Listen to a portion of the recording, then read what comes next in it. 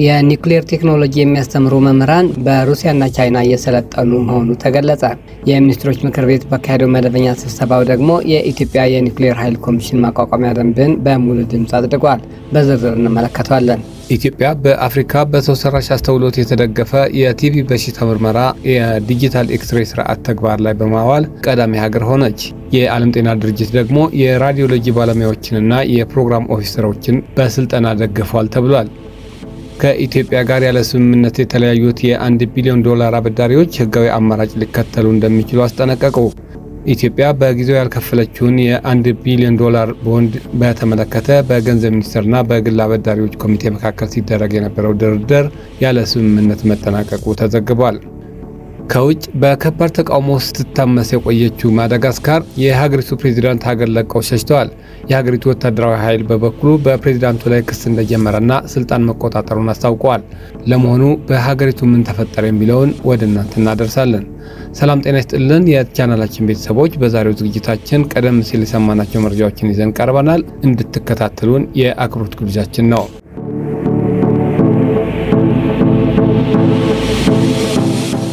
የኒውክሌር ቴክኖሎጂን የሚያስተምሩ መምህራን በሩሲያና ቻይና እየሰለጠኑ ነው ተባለ። የአዲስ አበባ ሳይንስና ቴክኖሎጂ ዩኒቨርሲቲ እንደ ልህቀት ማዕከል፣ የባህር ዳር ዩኒቨርሲቲ ደግሞ በሁለተኛ ዲግሪ የትምህርት መርሃ ግብር ካሪኩለም ቀርጸው የኒውክሌር ቴክኖሎጂን ማስተማር መጀመራቸው ተገልጿል። በዘንድሮ የትምህርት ዘመን ከውጭ ሀገራት የኒውክሌር ቴክኖሎጂ ትምህርት መስጠት የሚያስችላቸውን ስልጠና አግኝተው የተመለሱ መምህራን እንዳሉ የኢኖቬሽንና ቴክኖሎጂ ሚኒስቴር ጠቁመዋል። ሚኒስቴሩ የኒውክሌር ቴክኖሎጂ ትምህርት መስጠት የሚችሉ ዜጎች በሩሲያና ቻይና ስልጠና አግኝተው እንዲመለሱ እየተደረገ መሆኑ ገልጿል። ከዚህ ጋር ተያይዞ የሚኒስትሮች ምክር ቤት ትላንት ባካሄደው መደበኛ ስብሰባው የኢትዮጵያ ኒውክሌር ኃይል ኮሚሽን ማቋቋሚያ ደንብን በሙሉ ድምፅ አጽድቋል። ይህ ደንብ በነጋሪት ጋዜጣ በይፋ ታትሞ ከወጣ በኋላ ኢትዮጵያ የኒውክሌር ቴክኖሎጂ ለሰላማዊ ልማት በመጠቀም ጥረቷን ወደ ላቀ ደረጃ እንደሚያሸጋግር ይጠበቃል። ኮሚሽኑ በዓለም አቀፍ ማዕቀፎች መሰረት የኒውክሌር ቴክኖሎጂን ለሰላማዊ ዓላማዎች በመጠቀም ሀገራዊ ጥረትን የመምራትና የማስተባበር ዋነኛ ኃላፊነት ይኖረዋል ተብሏል። ደንቡ ከጸደቀ ከጥቂት ሰዓታት በኋላ ደግሞ አቶ ሳንዶካን ደበበ የተቋቋመው አዲስ ኮሚሽን ኮሚሽነር በመሆን ተሾመዋል። ጠቅላይ ሚኒስትር አብይ አህመድ አቶ ሳንዶካን ደበበን የኢትዮጵያ የኒውክሌር ኃይል ኮሚሽን ኮሚሽነር አድርገው መሾማቸው ነው የተገለጸው።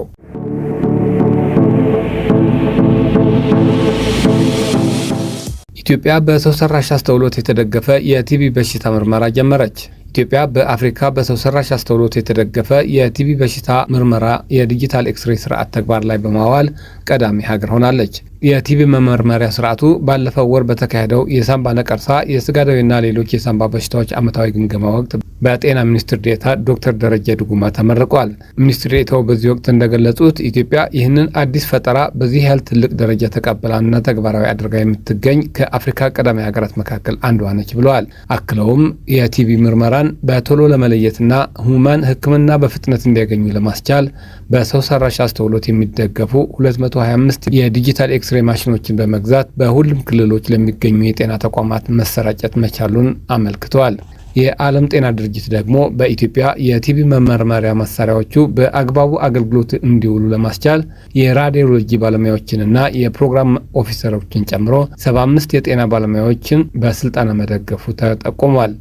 ተቋሙ በኢትዮጵያ ፈጠራ ስራዎችን በመቀበልና የቲቪ በሽታን ለማጥፋት የሚደረጉ አገር አቀፍ ጥረቶችን በመደገፍ ላበረከተው አስተዋጽኦ እውቅና እንደሚሰጠው ከተቋሙ ያገኘነው መረጃ ያመለክታል።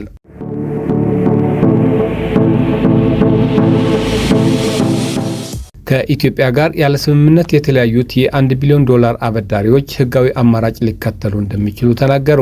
ኢትዮጵያ በጊዜው ያልከፈለችውን የ1 ቢሊዮን ዶላር ቦንድ በተመለከተ በገንዘብ ሚኒስቴርና በግል አበዳሪዎች ኮሚቴ መካከል ሲደረግ የነበረው ድርድር ያለ ስምምነት መጠናቀቁ ተዘግቧል። የገንዘብ ሚኒስቴር ለቀናት በቆየው ንግግር መሻሻል እንደታየበት ቢገልጽም የአበዳሪዎች ኮሚቴ ግን ድርድሩ ፍሬ አልባ ደረጃ ላይ በመድረሱ ህጋዊ አማራጭ ሊከተል እንደሚችል አስጠንቅቋል። የገንዘብ ሚኒስቴር የብድሩን አከፋፈል ሁኔታ ለማስተካከል ሲካሄድ የቆየው ድርድር ያለ ስምምነት መጠናቀቁን ያስታወቀው ትላንት ማክሰኞ ጥቅምት 4 2018 ዓ.ም ባወጣ መግለጫ ነበር። በፈረንሳይ ፓሪስ ከተማ የተካሄደው ድርድር ላይ የኢትዮጵያ ልዑክ ዋይት ኤንድ ኬዝ የተሰኘው የህግ አማካሪና ላዛርድ የተባለው የፋይናንስ አማካሪ ይዞ ቀርበዋል። የቦንድ ገዢዎችን የወከለው የአበዳሪዎች ኮሚቴም በተመሳሳይ ድርድሩ ላይ የተገኘው ከህግና ፋይናንስ አማካሪዎች ጋር ነው።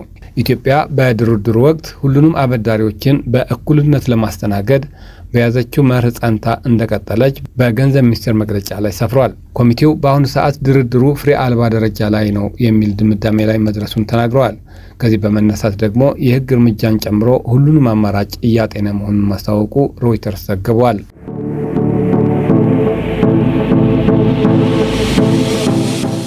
ወደ ውጭ መረጃችን ስናልፍ በከባድ ተቃውሞ ስትታመስ የቆየችው ማዳጋስካር የሀገሪቱን ፕሬዚዳንት ሀገሪቱን ለቀው መሸሻቸው ተሰምቷል።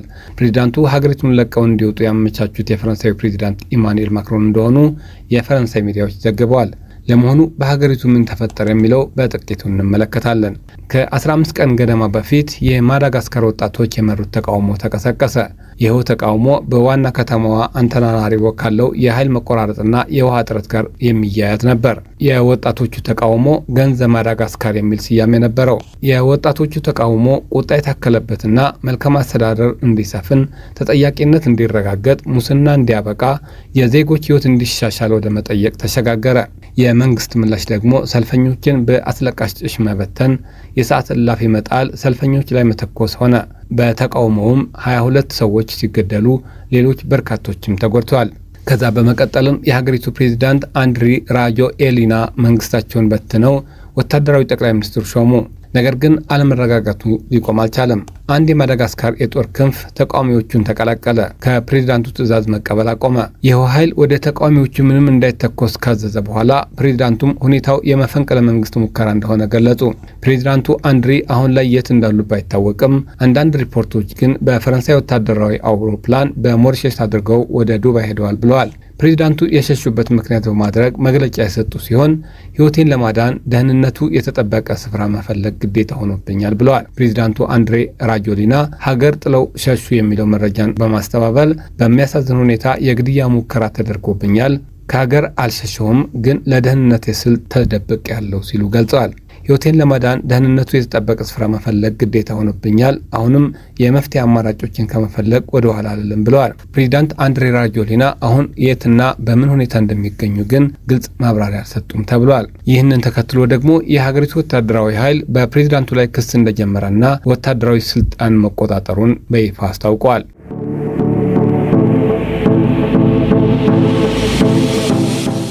የተወደዳችሁ የቻናላችን ተከታታዮች ለዕለቱ የያዝናቸው መረጃዎች እነዚህ ነበሩ። አብራችሁን ስለነበራችሁ ከልብ እያመሰገንን ቻናላችንን ሰብስክራይብ በማድረግ ቤተሰብ እንድትሆኑ እየጋበዝን እንሰናበታችኋለን። መልካም ጊዜ